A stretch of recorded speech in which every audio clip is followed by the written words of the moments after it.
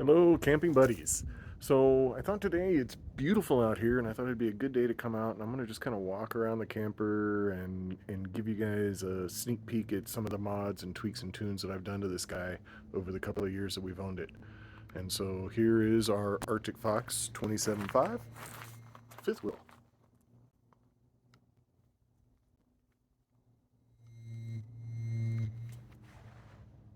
Do a quick walk around of the 27.5, my Arctic Fox 27.5 fifth wheel.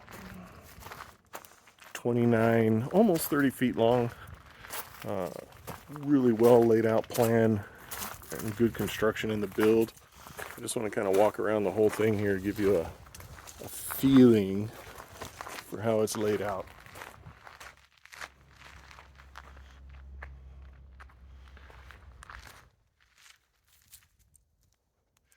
The big super slide, as some people will call it, and a smaller bedroom slide that contains a wardrobe. All in all, a very functional unit. All right, so the truck here is primarily used to pull the camper, meaning she sits sometimes for a month or so, especially during the winter, to keep her batteries charged. I had trouble on my old truck, so I always now keep it connected to the camper. Just bought an extension cord and let it run, let it leave the camper plugged in to the truck, and that keeps the truck's batteries tested.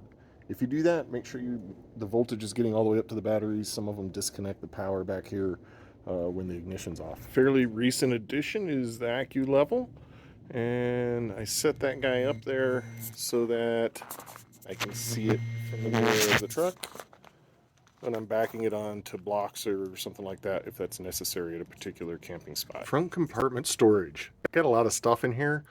Behind the chairs there is my Green Mountain Grill smoker. The two tubs, I've got one for electric and one for freshwater.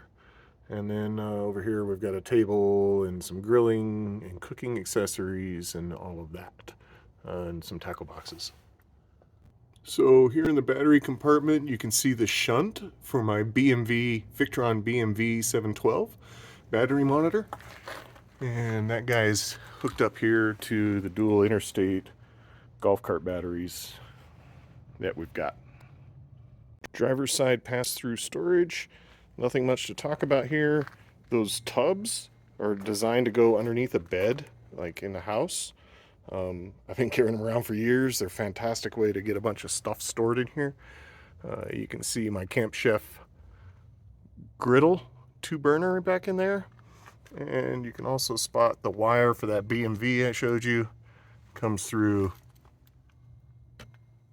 passes over, goes down in, and then it comes up inside the camper. If you have the option, get full hookup at home. It makes life so much easier. I had installed a 30 amp. I probably should have put a 50 there, but the 30 works. And I also had it plumbed here around to the septic tank on the back side of the house. So this plug is an extension cord that just runs down behind the seat. This exterior storage compartment is physically located beneath the dinette. So the dinette's right inside there. And this compartment is underneath one of the seats on the dinette. There's a plug right above the seat, so I just ran an extension cord down so I had power to charge up all my Ryobi batteries. So here on the ladder, I've installed a Flagpole Buddy. It's a 2-piece system. One here, one at the top. If you can look at it, it makes it really easy to slide the pole in from down here on the ground and just hook the base of it into the base and your flag is flying. Easy peasy. The other modification here on the back is the wireless backup camera.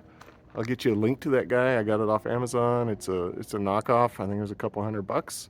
And I just drilled a small hole right above the camera there and ran the wire up to that marker light right above it to tap into the power. So when the lights are on in the cab of the truck and the trailer's hooked up to the truck, that light turns on and that also turns on the camera. Works great. Okay, so the ARP RV, there's a write-up on the website that kind of goes through what this thing is. But I installed that terminal block to manage all the various wires that had to be run. And yeah, that's kind of it. Ran the wires down here into what is the furnace compartment in order to get them into where the physical device is. I'll show it to you here in a minute. As well as an ARP fan there that runs when things get too hot. My pride and joy beer cooler. I love this thing. So it'll hold about a 30 pack of beer right in there. Runs on 12 volt power, pulls 4 to 5 amps while the compressor's running of 12 volt DC power. I simply, see if I can get the angle here, I simply tapped into the wiring for that light there in order to give me a 12 volt socket that I could plug this guy into. Again, another one that works great. One of the great things about this Arctic Fox is the 240-pound propane bottles. That's a lot of propane. Those bottles are very expensive, so I installed a very simple locking mechanism here with a simple padlock, right, to hold it in there. Just drilled a hole right through the bracket that's there and slide the lock in and lock it. Easy peasy. Let's start with the mods here in the front in the bedroom. The first thing I did was Arctic Fox included a small panel there that had 2 USB ports. I replaced that with a cigarette lighter holder so I can use whatever kind of adapter I might need, and gives me just more options and flexibility. Here in the bathroom, we replaced the factory shower head with a oxygenics unit. Good and bad on that. I think it saves a little bit of water. I don't like the spray as much as a normal shower, but you can turn it to normal spray and it works that way too. Also installed a shutoff so that you can turn off the water when you're soaping up. My wife's done a lot of things too. I did put up the "you flush it, you fish it" sign. Long time ago, I had a problem with some feminine hygiene products getting flushed down there and causing me some dumping trouble. Most of the stuff that's hung on the walls is done with command strips or similar. They tend to work pretty good. There's some more heavy-duty stuff I could show you later that also works. Note that we have the broom stuff, kind of attached here. We have to be careful to make sure they actually rest on the floor. Those hooks probably wouldn't hold up if they actually had to bear the weight of the device, of the things that are hanging there. Here on the bedroom door, this one is a huge wife acceptance. It's just a little magnet that latches the door. In particular, if we're not level completely, that door tends to like to close itself, and so that just kind of keeps it open. Does its job well for us. Here on the screen door, you guys have probably seen my post on the RV bug stop. I think I'm going to rip that thing out. It doesn't really help that much. I can see where it would have been really useful in the days before doors came with this little screen door opener thing. But now that they have that, it's just not a problem that needs solving. I do really like the Camco screen door handle. It just makes it really easy it just makes life a little bit better. So here by the front door, we had this panel that was bolted on with 4 screws. I pulled those screws, replaced them with magnets, and just put a handle on here so that we can turn this into a storage space. Then mounted and built in that shelf, and my wife found a basket that fits across it perfectly, which works really well to make sure things don't come forward and knock the panel off while we're cruising down the road, or I have to slam on the brakes because of ding-dong drivers. If we get down in here, let's see if we can get some focus. Right there is one of the small RV expansion tanks. I kind of like it. It quieted things down. Not a necessary mod, but it works. So next to that expansion tank, there's the water pump, and you can see the metal shark bite one-way valve that I installed on the intake side. Yeah, that's a lot of stuff hanging off the intake side there, but it works. I leave that paper towel in there, mainly because it'd make it easy to spot a leak. It's been in there since I installed that stuff. Arctic Fox does not label any of the damn switches, so first thing you gotta do after you get one is figure out what they all do and label them. This is one little gadget that I love. Pre-set up with 2 remote sensors. So I've got one that's sitting outside and one that's in the fridge. And then the bottom temperature there is what it is inside the camper right now.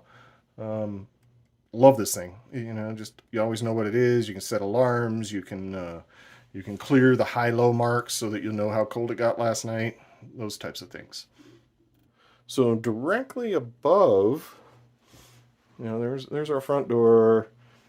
You come up, here's our TV, and we've done a few different things here that you'll notice.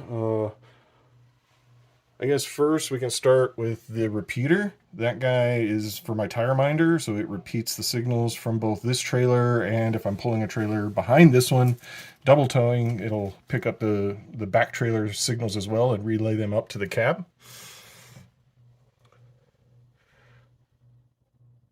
This all came, the charging center came with it, which is pretty nice, including having the cigarette adapter.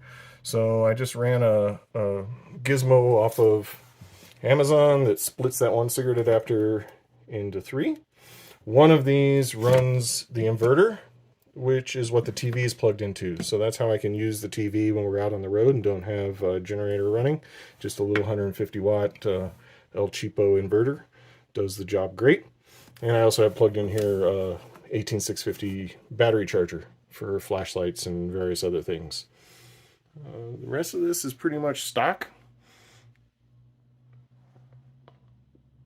Oh, I forgot to mention the ARP Fridge Defend. There's an article on the website about this thing, guys. I think it's worth it. You know, it's not cheap, but I feel like it does its job. I have had it trigger under various scenarios. Go look at the article, see if you think it might be worth it for you. It's a fridge defense thing that basically when the boiler gets too hot in the fridge, it shuts it down, right? And so it's a safety feature, and it's also a fan controller. It runs some fans in the fridge, both outside to ventilate better outside, as well as circulate air inside the fridge. So one of the early mods I did on this guy, see this little push button here? There was one just like it up there, right where that chain goes. So I pulled that bad boy out and installed a chain. Probably one of the biggest laugh factor mods that I've done to this trailer. It was really hard. My wife's kind of short, and it was really hard to reach up there and turn on that light. So my, I guess, electrical master area here consists of the Victron BMV 712. I showed you the shunt there down by the batteries. That's what it feeds to keep track of how much battery I have stored. We also have my Zamp solar controller. The camper came with a 15 amp model. I upgraded this to the 30 so that I could run, I've got almost 400 watts of power up on the roof feeding into it. Installed a shutoff here so that I can disconnect the solar. And I may write that one up on why I did that, but I feel like the solar charger is a little too aggressive, and being that I'm plugged in here at home, it just doesn't make sense to put that much pressure on my batteries. You can see there below the pantry is where the EMS is at, and the converter comes right there. It's behind that screen panel there. Almost forgot, I upgraded the speakers in here to some, I think they're Kenwoods. A lot better sound than the factory ones. It's still not great, but I'm not looking for theatrical quality in here. And I only did the ones here in the main living compartment. I didn't mess with the bedroom or the outside speakers. I may do something with the outside ones at some point, but for right now, that's where we're at. Oh, one other thing we did, the camper didn't come with a drink holder over here on this side. It had the one over there, but I had to install one here for my beverages. That's actually the seat I like the most if I'm sitting there watching some television. Directly across. I felt like I'd be remiss if I didn't show you the solar install. So this was the first panel I put on, 175 watts. And I just hooked it into the factory connection right there, right? And then we added the second panel over here. It's 195 water. It was the same price as 175 water, so why not? And yeah, that's what keeps me up in charge while we're out on the road.